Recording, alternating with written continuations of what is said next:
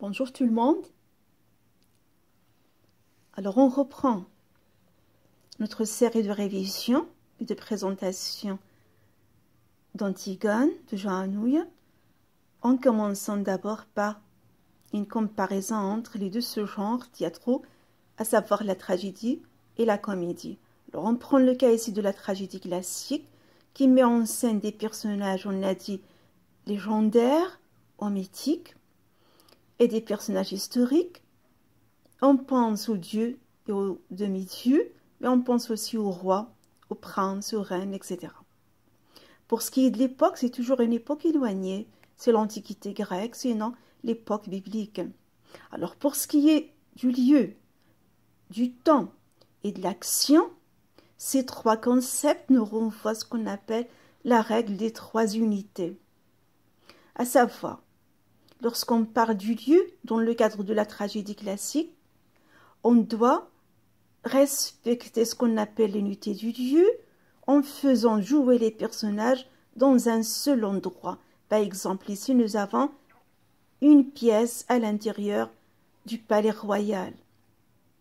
Pour ce qui est du temps, l'unité du temps veut dire l'intrigue ou l'action devrait se passer au moins de 24 heures. Ça ne doit jamais dépasser les 24 heures. Pour ce qui est de l'action, c'est-à-dire on doit avoir une seule et unique action, une seule intrigue. Pour la forme du texte, dans la tragédie classique, la pièce se compose de 5 actes. 5 actes en alexandrin. Alexandrin veut dire le vers de 12 syllabes, écrite dans un style noble, dans un registre de langue soutenue. Alors les 5 actes en général sont structurés de la même manière dans toutes les pièces de tragique classique. Autrement dit, le premier acte est toujours consacré à l'exposition, le deuxième acte à une préparation nue, le troisième acte c'est l'acte du nœud, le quatrième c'est une préparation au dénouement, et puis le dernier acte, le cinquième, c'est un acte consacré au dénouement. Les faits recherchés.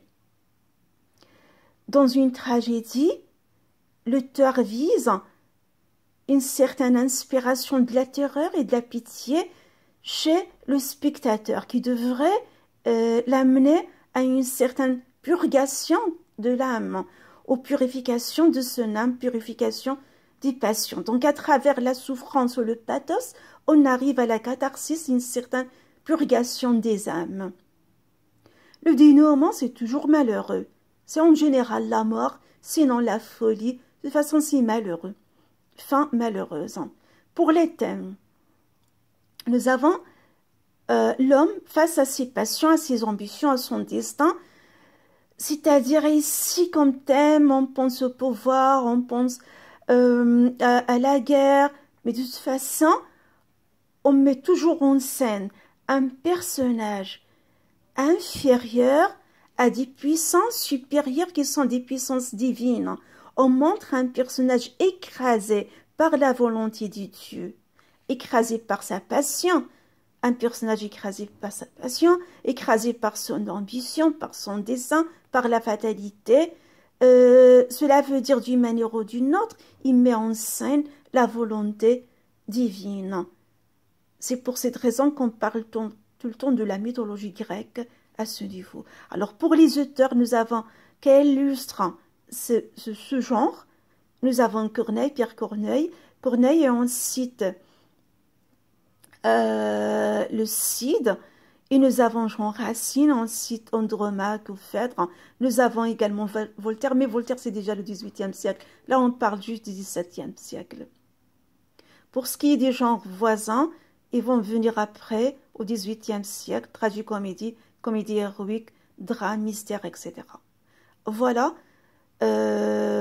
c'est assez pour la présentation de la tragédie-comédie.